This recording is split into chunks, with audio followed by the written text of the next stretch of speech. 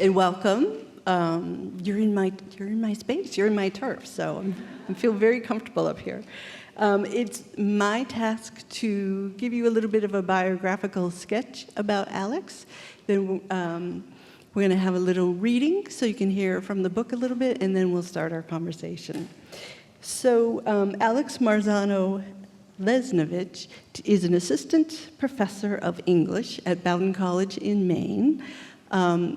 Fact of a Body is her first book, came out in 2017, and along with the prizes that are listed in her biography in your program, we're going to add to the list.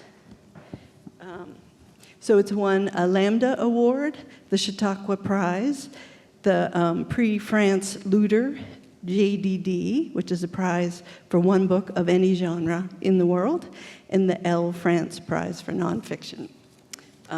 So yay for that. And I'm going to tell you a little bit about the book. If you haven't read it, I'm just going to give you a brief synopsis, sort of to orient you to where we're going to go. So Alex's book is a really interesting hybrid. It's part very personal memoir. It's the story of a childhood and family dynamics. And the other half of it is a story that centers around the murder of a 6-year-old boy, the subsequent trials, and the author's involvement, how Alex first heard of the story and then sort of became, I get the impression it kind of got under your skin and couldn't let it go. 10 years of work on the book, and finally came out in Fact of a Body. So I'll stop there, and if you want to start with reading, we'll jump in. Absolutely. Thank you, Amy. It is such a pleasure to be here. I spent so many childhood hours in this library, teenage hours right over there, many, many hours reading under the trees right downstairs. My first time in Nantucket, I was 2. So it is a real honor to be here. So thank you so much to the Book Festival for having me here, and Amy for that wonderful introduction. Because of the nature of the material that I work with, which I'm sure we're going to have a conversation about, before I read from the book, I just need to read you this statement. This work is not authorized or approved by the Louisiana Capital Assistance Center or its clients, and the views expressed by me do not reflect the views or positions of anyone other than me. My description of legal proceedings, including my description of the positions of the parties and the circumstances and events of the crimes charged, are drawn solely from the court record, other publicly available information, and my own research. So in case you haven't yet gathered, this book is nonfiction, in other words.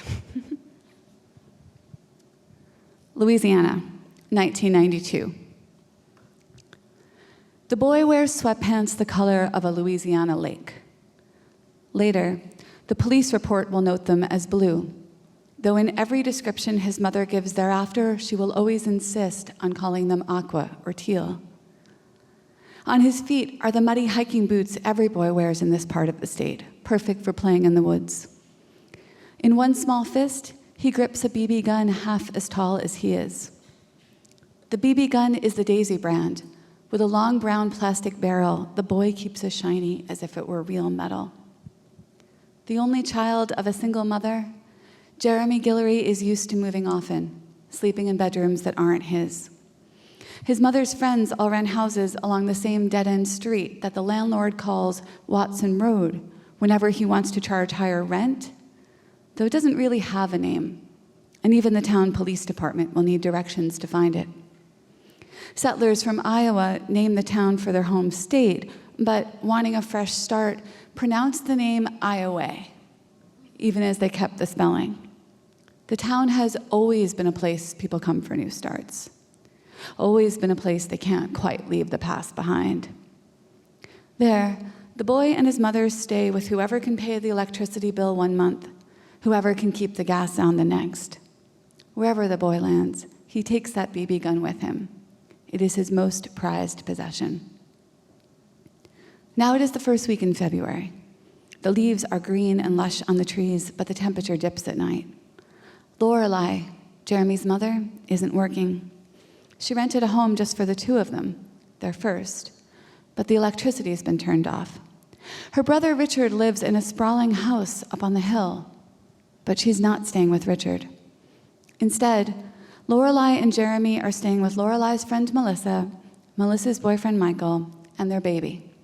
The baby is 2 years old enough that he wants to play with the boy, and he screams when he doesn't get his way. Today, the baby is wailing. Jeremy, 6 years old, just off the yellow school bus home from kindergarten, eats his after-school snack in a hurry, dreaming of getting away from the noise, dreaming of the fun to be had out in the woods. At the end of the road, there is a weathered white house, and behind it, a thatch of woods. The woods are the dense, deciduous, swampy kind, the kind in which rotting leaves mingle with the earth and the ground gives soft way beneath the boy's feet. Though the thatch is very small, with only a single ravine like a scar in the earth, a single place to play war or dream of hiding away forever, these woods are Jeremy's favorite place to play. He asks his mother for the BB gun. She takes it down from the shelf that keeps it safe from the baby, and she hands it to him. Jeremy runs out the door. 2 children near his age, a boy named Joey and a girl named June, live in the White House by the woods. And though Jeremy likes exploring on his own, it's more fun when Joey can join him. He goes to their door and he knocks. A man answers. The man wears thick glasses.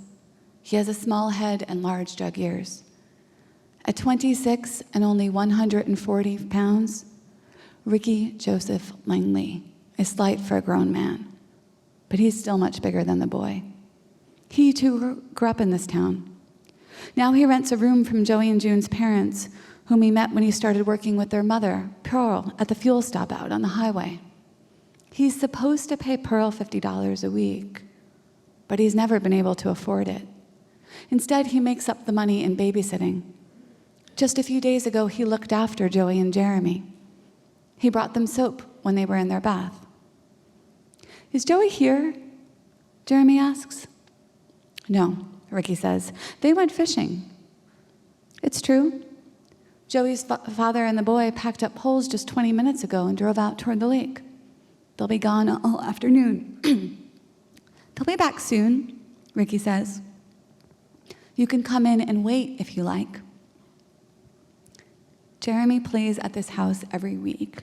He knows Ricky, yet he pauses. Why don't you come in? Ricky says again. He opens the door wider and he turns away. Jeremy walks over the threshold, carefully props his BB gun against a wall near the entryway, and climbs the stairs to Joey's bedroom. He sits down cross-legged on the floor and begins to play. Ricky climbs the stairs after him. He wants only to watch Jeremy play.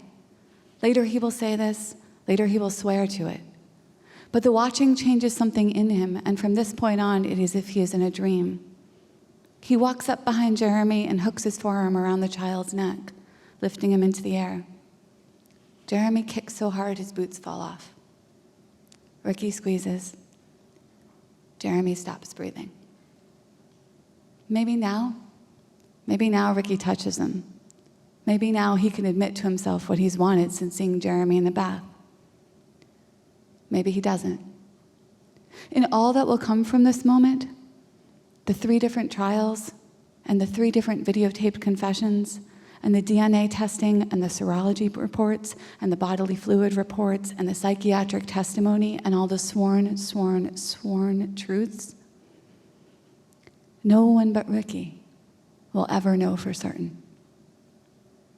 Ricky picks up Jeremy, cradling the boy as if he were simply asleep, and carries him into his own bedroom.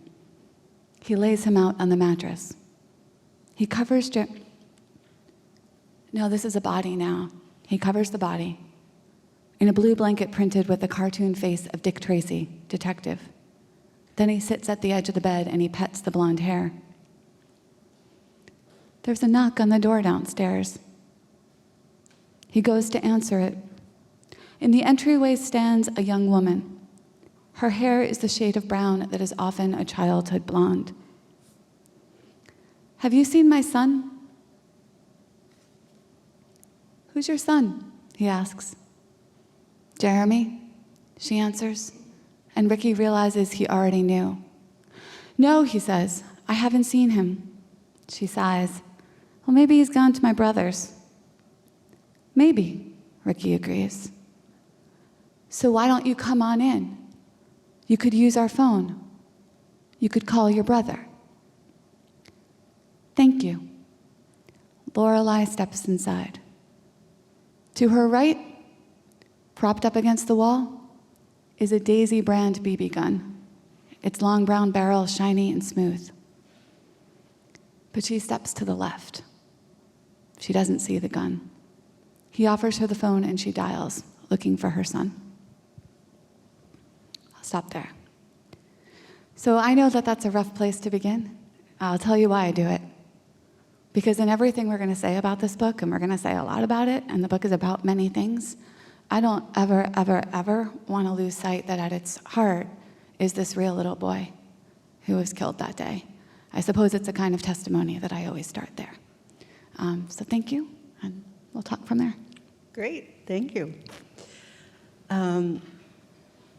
So in reading the book, my takeaway was two kind of like broad picture notions. And one is, I feel like both the stories you tell in the book illustrate the corrosive power of secrets in families and the effect of those secrets on children. And the other really strong theme I felt was the power of having a voice and being heard. So do you feel like in telling Jeremy's story, you're his voice because he's not allowed to have one?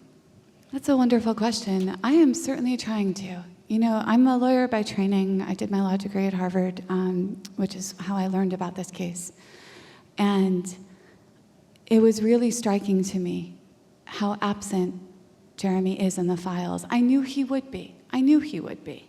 I understand that the story of the victim doesn't really make it into the court records, right? The trial tends to be about the accused, not about the victim. But I spent 10 years tracking down 30,000 pages of court records related to this case all over rural Louisiana. I feel very satisfied that I have everything that exists about it. And I'll tell you, in it, Jeremy never emerges as a real little boy. He emerges as people said he was a saint, he was an angel, his favorite toy was Batman. That's the most specific detail I have. But, you know, I love children. Which one of them is ever anything as boring as a saint or an angel, right? Like, kids are three-dimensional. They have desires, they have dreams, they have attributes, they have characteristics, they have things that annoy them. None of it made it into the case. And that makes sense. That's a function of how we conduct the legal system, right? We have an adversarial system that is mostly focused on what story we make about the accused. But I guess I feel like I haven't been able to really be his voice because I still don't know, but I wanted the reader to feel his absence. I wanted the reader to feel what it meant that he was gone. Because standing out, you know, I've been out to his grave several times, and standing there in this very, it's this pretty desolate-looking cemetery in Louisiana, and it's totally flat. It's unusual for that area. Most of the graves in Louisiana, you have to put the grave on top because of the water table.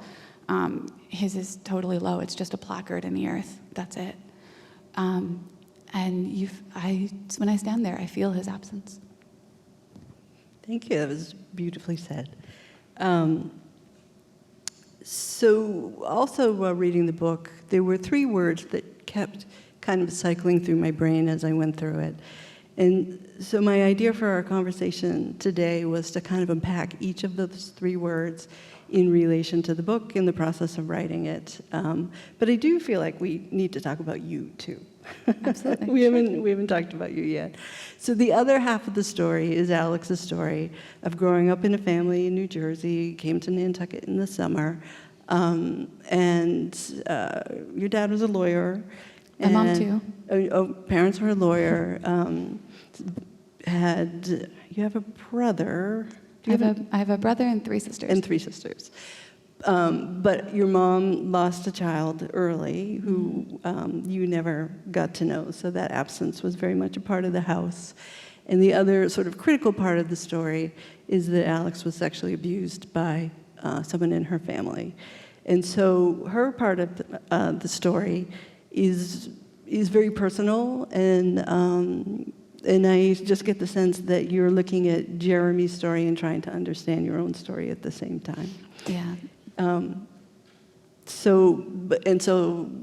The first word we're going to talk about is unflinching, because the book talks about many difficult things, and I just felt like you just went there with a commitment that was admirable, that you didn't flinch in telling your own story, and you didn't flinch in telling Jeremy's story. And I feel like, as difficult as it was to read, it was a gift, because we don't talk about many of the things that you talk about in your book.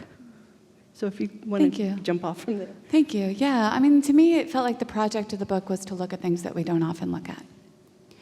Because of that, I will say, just strategically as a writer, I did a lot of thinking about how to create suspense.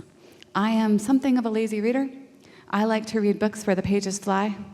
I like what they call the fictive dream, the feeling when the world you're in leaves and you fall face forward into the world of the book. And I was like, all right, self, we're going to go some pretty complicated, difficult places by virtue of like the material I'm working with and what this book is really about. And so I better think about how to create suspense across the pages. My favorite emails, I get a lot of mail, and my favorite emails are always like, you ruined my bedtime. And I'm like, yes, thank you, sorry, not sorry. And to me, that was coupled with the desire to look, and to look really precisely, to look precisely at all these things that had been looked away from. So as Amy told you, I grew up being molested by my grandfather, an experience that was damaging and difficult and terrible, and is also not uncommon. I wish that weren't so, but it's so.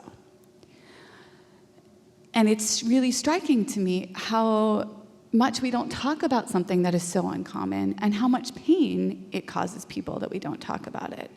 It's funny, if I felt that way before the book came out, I really feel that way after. Because one thing that happens when you put a book out in the world is people come up to you and constantly tell you their stories. And I feel so grateful for that amount of connection, but it's really striking how prevalent this is, right? And I think as a person, just as a human being in the world, growing up in a family with a lot of secrets, I felt a real drive to speak. I think in some ways every book is an act of speech against silence. Maybe it's silence of a story that someone hasn't thought to tell before, or maybe it's speech in the face of a story that was suppressed. And I felt really profoundly, strongly about the idea that if I was speaking against silence, I was going to have to speak and be precise about it and be close to it. It wasn't easy. I mean, there are many difficult things I had to look at in the course of the book. I eventually, for example, found the pictures of Jeremy right after he was murdered. And those may be some of the hardest things I've ever had to look at in my life. And yet, I felt like somebody better. We're telling this story about Ricky. I'm telling a story about Ricky because he exists. Let me acknowledge what he did. If the project of the book is in some ways empathy, to try to tell a story that looks at everything complicated in the world and looks at the way that people are complicated and allows them to be complicated and allows my past to be complicated and allows the life of the murderer to be complicated, I better also look at what he did. So I guess that's my relationship to the word unflinching. It was hard not to flinch sometimes. One of the best things I did was when I started working on this book and I accepted that I was going to work on this book, I got a Bernese Mountain Dog puppy. And her name was Leda. She's sadly no longer with us because they don't live very long. But she was this big, I had to allow myself to flinch in moments. I had allow myself to say, you know what? I'm done right now. I'm going to go play with the puppy. I'm going to go meet some friends. I had friends on what I used to call hug speed dial. Like, I had a rough writing session today, so please come meet me for a hug. So all this support that says it's okay to need that, and yet when I do the work, I'm going to think about how to look really closely, but how to also make something that the reader will want to keep reading, because that's the project is twofold. And can you just talk a little bit about how your family reacted to the story? I've never done a single event, and I've been doing events all over the world, in which I haven't been asked this. You have not? Nope, every single event I'm asked this. Did And I so, just go somewhere I should know? no, not at all, but I'm going to tell you why I'm telling you this. So I'll answer that in a second, but it means that I've had a ton of time to think about like why people are so curious about this, because like the book goes out and we don't ask novelists it, right? But I think and I don't know if this is behind that for you, I think one of the things we're really asking is, okay, every family has something they don't talk about. It might not be this kind of thing, it might be something lighter, I don't know, but every family has something they don't talk about. And I've honestly come to think that the question really is like, what happens when you talk about that thing? Yes. Heck, like what happens when you write a book about the thing? Yes, that's my question. So in my own family, I can tell you it's love and it's complicated. There's love and it's complicated. And that, I think, is probably a dance that's familiar to, I don't know, anybody with a family. So I don't think that any family ever wishes that their kid would grow up to be a memoirist. Like, it's a weird job. And we don't all have those secrets brought to bear. But I think it's brought about a lot of conversations that I'm not sure would have happened otherwise. And I'll tell you one other thing that that never occurred to me is I was thinking, oh, this is my story, this is my family's story, and this is Ricky Langley's story and Jeremy Guillory's story. I forgot we're all connected. And so it's really surprised me how much I've heard from like cousins and people, friends from childhood. And in Ricky's story, I got a really devastating note from a girl whose father was on the search team for Jeremy's body. And she was 16 at the time, and she went with him to start combing the woods because at that point they just thought they were looking for a missing boy. And she's carried this story for years. And we all feel I think sometimes we feel so alone in the stuff we carry, or people in my family who knew what was going on but didn't feel like they could say anything. And I think one huge thing, this came up as a theme last night in the opening session for the festival. It's one big thing that stories do is they connect us. They tell us we're not alone. And when we break silence to share our stories, we discover that actually maybe we're less alone when we thought, that actually we're all entwined in this way. So that's what I hope the book brings about, not only in my family, but in other families. And I think that's a great segue into my next word, which I'm going to go to brave, because I feel like it's tied up with the comments that you just made. But I kept thinking as I was reading it, wow, this is brave writing, because you reveal yourself completely, and you go into Jeremy's and Ricky's life so completely and with such detail. And so if we're going to talk about the word brave, I think there's the obvious ways of being brave and making yourself vulnerable and telling the world your story. But I also feel for your book, Brave has another meaning in that you were brave enough to show the people in Jeremy's story in many shades of gray. So it would be easy to hate Ricky, who a convicted pedophile who's committed this murder that's of a 6-year-old boy. It would be very easy to just be like, evil, bad, and you don't. You show all the different sides of Ricky. You talk about how he came into the world and his family dynamics, and you give the reader a lot of information that I don't think completely lets Ricky off the hook or forgives him in any way, but you just illustrate the fact that we all sort of know people are complicated, and they do things for many reasons. And so I think it's brave that you just didn't say white hat, black hat. You told as much of the complete story as you could. Thank you. That means a lot to me. So when I first learned of Ricky, I had such a strong, awful reaction to him. I wanted him to die. Like, I opposed the death penalty. I still oppose the death penalty. I was very clear on I wanted Ricky to die, notwithstanding what I believe.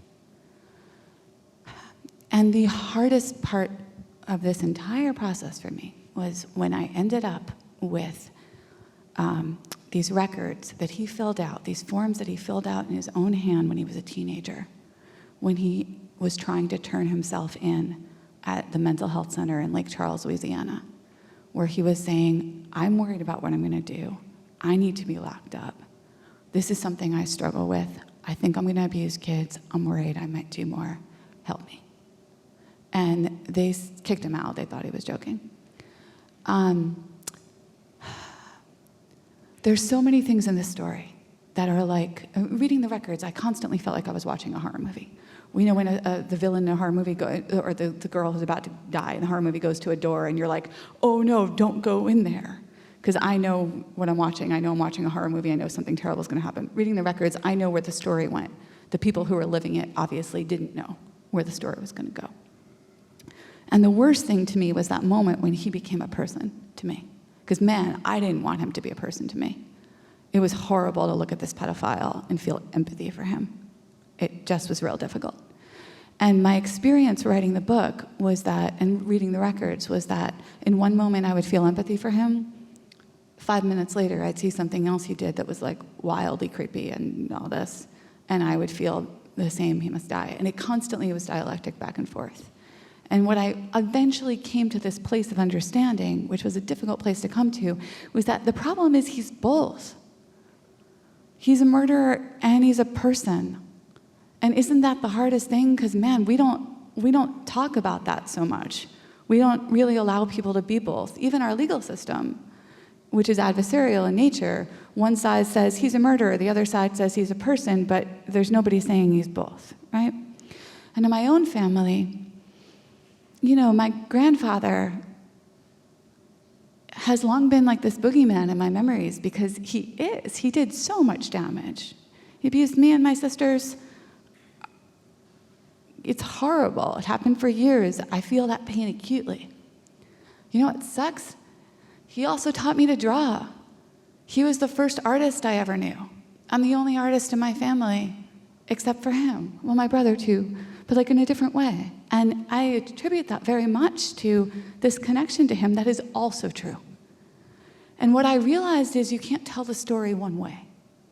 To me, this became a book that's very much about how you tell a story.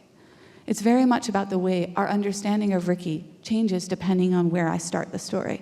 If I were to go into the circumstances before he was born, which are so gothic that I wrote most of this book drinking from a coffee mug that says creative nonfiction, because you can't make this stuff up. Just as a side note, like for example, the lead prosecutors on the case, the death-only prosecutors, the people who only prosecuted death penalty cases in this parish in Louisiana, their names were Fry and Killingsworth. It's not Dickens, it's nonfiction, right? What are you supposed to do with stuff like that? So there's all this stuff that was like, the circumstances before he was born make it much harder to judge him because you start to see, oh my God, there's this legacy, there's this narrative, right? But if you start the story a little bit later, it's real easy to see him only as the killer, right? And that's also true in my family. I had never thought about, like one of the other harder moments in the book when I was like, oh God, what did my grandfather feel? What was going on inside him when he climbed the stairs to my bedroom? And what did my grandmother, who was asleep at the foot of the stairs on a pull-out sofa bed, and whose husband left the bed each night, what did she know and what did she think? And I don't think we look at those questions so much. We don't want to. But any honest accounting, any full accounting, would have to look. So you see why I had to think a lot about suspense in the story, because I'm asking us to think about real difficult things. And so I was like, I'd better write it that way. What I thought a lot about while writing, bear with me, this is a tangent, but I promise it's relevant, is Jessica Seinfeld, Jerry Seinfeld's wife. People remember Jerry Seinfeld? Yes. Jessica Seinfeld has a cookbook in which she says the way to get your kids to eat vegetables is to put like spinach and brownies, right? You puree vegetables and you just hide them in the dessert. And I was like, what if I tried to make something suspenseful and then, whoops, you're gonna be hooked, but we're gonna go somewhere complicated and we're gonna have to think about these things. I was thinking a lot about reader buy-in to try to think, what buy-in can I get so we can go somewhere hard? Yeah. Side note rant. Great. Well, I got the 10-minute sign. So we're going to go to the third word, which is tenacious. Took you 10 years to write the book, many, many trips to Louisiana. You did not give up. So if you could just talk a little bit how you stayed focused and sustained yourself for 10 years. Sure. I didn't have a choice. I mean, I guess maybe I did, but in some ways I didn't have a choice. I feel like, I'm working on 2 book projects now, and one of them has eclipsed the other, and I feel that same haunted, rush, devoted, thinking about it all the time kind of feeling. And so that's true. It's also true that the process was difficult because for years it didn't seem like anyone would care. I was like, I'm the repository of this guy's life. I have all these records in my head. I know so much about his family. I'm like carrying the stuff around, and will anyone ever care?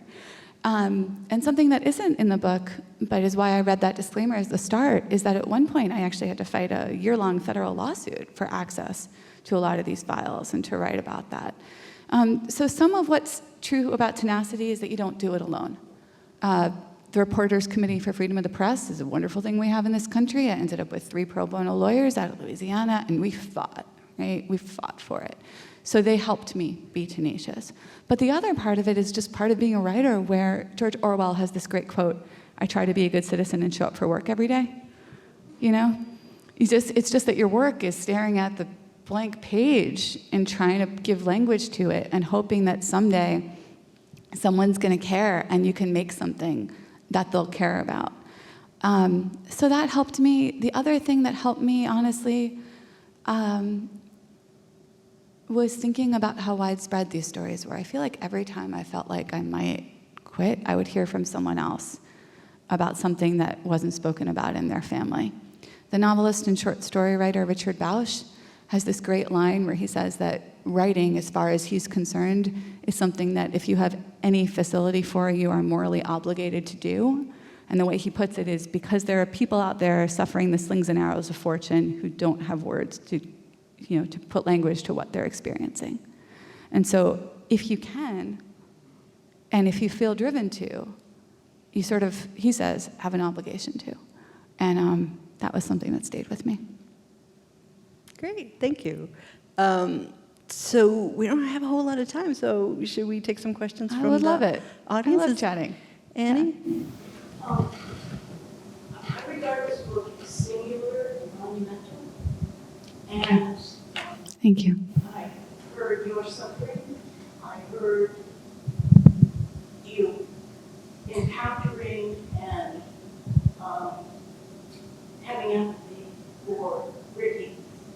And when I'm talking to friends about it, I say that this is a book in which Ricky, in a strange way, is a catalyst for you to be brave enough to tell your story, which I think is very empowering for people who live in science. Is that accurate? Thank you. Yes, absolutely. I mean, Ricky represented watching the videotape in which he confessed, and I ended up meeting Ricky, and I saw him through the lens of my grandfather, and until that point, I think I had thought I would get away from the past and I would never have to face it. That was just my plan. Yeah, the collision with Ricky meant facing that I couldn't. And of course I really couldn't, right? Like it was showing up in lots of ways in my life. But I think that he did serve as a catalyst for forcing me to do so. And there's a way where, narrating, putting something in story mode, learning to see it not from eye level where it was lived, but to see it, I teach memoir, and so I spend a lot of my life doing this move I'm about to do, ready? Seeing it from up here and trying to see how all the characters lived out and that everybody had their own perspective. There's an old French movie that says, the awful thing about life is this, everybody has their reasons.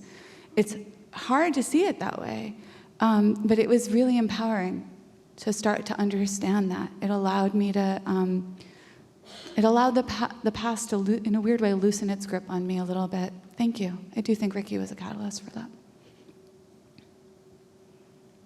Any other questions? Well, maybe we'll take the last couple of minutes and I'll ask you the age-old question, what are you working on now? Thanks. So was a project I've been working on in Cambodia since 2011, which is about how we make stories in families and in societies when the main drivers of public narrative are destroyed. So during the Khmer Rouge in Cambodia, during the genocide, things like the media, things like the court system, et cetera, were all just decimated. And there's a real question of how do you make the story out of the past. So I've been working on that for like 7 years now, in fits and starts, because of course I was also working on this, right? But I'm working on this other thing now, which is that we've suddenly started this huge conversation about gender in society, and about non-binary people, which is how I identify, and how we even understand that. Like, we live in such a gender-binary society. How do we even understand someone being non-binary? And of course, I'm of an age where, you know, I knew what I was at like age 8. I have a very real clear memory of it, and knew for many years and felt stuck because I didn't have language. And I'm of an age where I had to learn language. Whereas I teach undergrads now, and it's more native to them. They have that language. So partially it's driven by a question of how do you live as non-binary in a binary culture, but partially it's also driven as, in a very real way, is it possible to live as non-binary in a binary culture? We constantly sort, we're trained to sort into two sexes, you know? And so it's a real question, I think, is it possible? I think people think that this is very new, and I was shocked in the historical record to discover how incredibly not new it is. The gender binary that we have now, this strict, I can geek out on this, so I'm gonna try to rein myself in. The gender binary that we have that's so strict, male-female, is actually relatively new and came about in the 1700s, which is something I think a lot of people don't know. And so it's been interesting to me. So I have a piece coming out in Harper's that starts to talk about that. It's the seed of this book. And the book is 1/3 memoir again. I didn't think I would write something personal, but it turns out I feel like I'm good at writing intimately, using my body as a space to work out something the broader society is grappling with. And it happens to be a situation where I am once again in this position where I feel like, actually, yeah, that's what's happening. So I'm writing about that. I'm writing a retelling of the history of the gender binaries through characters, through these great characters who lived in ways that we wouldn't recognize now or wouldn't have understanding of. People tend to freak out about they as a pronoun, right, which is sort of, they think of as new as a gender-neutral pronoun, but like we've been trying to have a gender-neutral pronoun since like the 1500s. There used to be like an as a gender-neutral pronoun. Isn't that interesting? I never knew that until relatively recently. And then one part reported, going to different communities internationally, where people's experience of gender is very different than our own, like communities that have 5 or 6 genders, and that this is quite a normal thing or a recognized third gender. So it's a bit of a hodgepodge. I like hybrid work.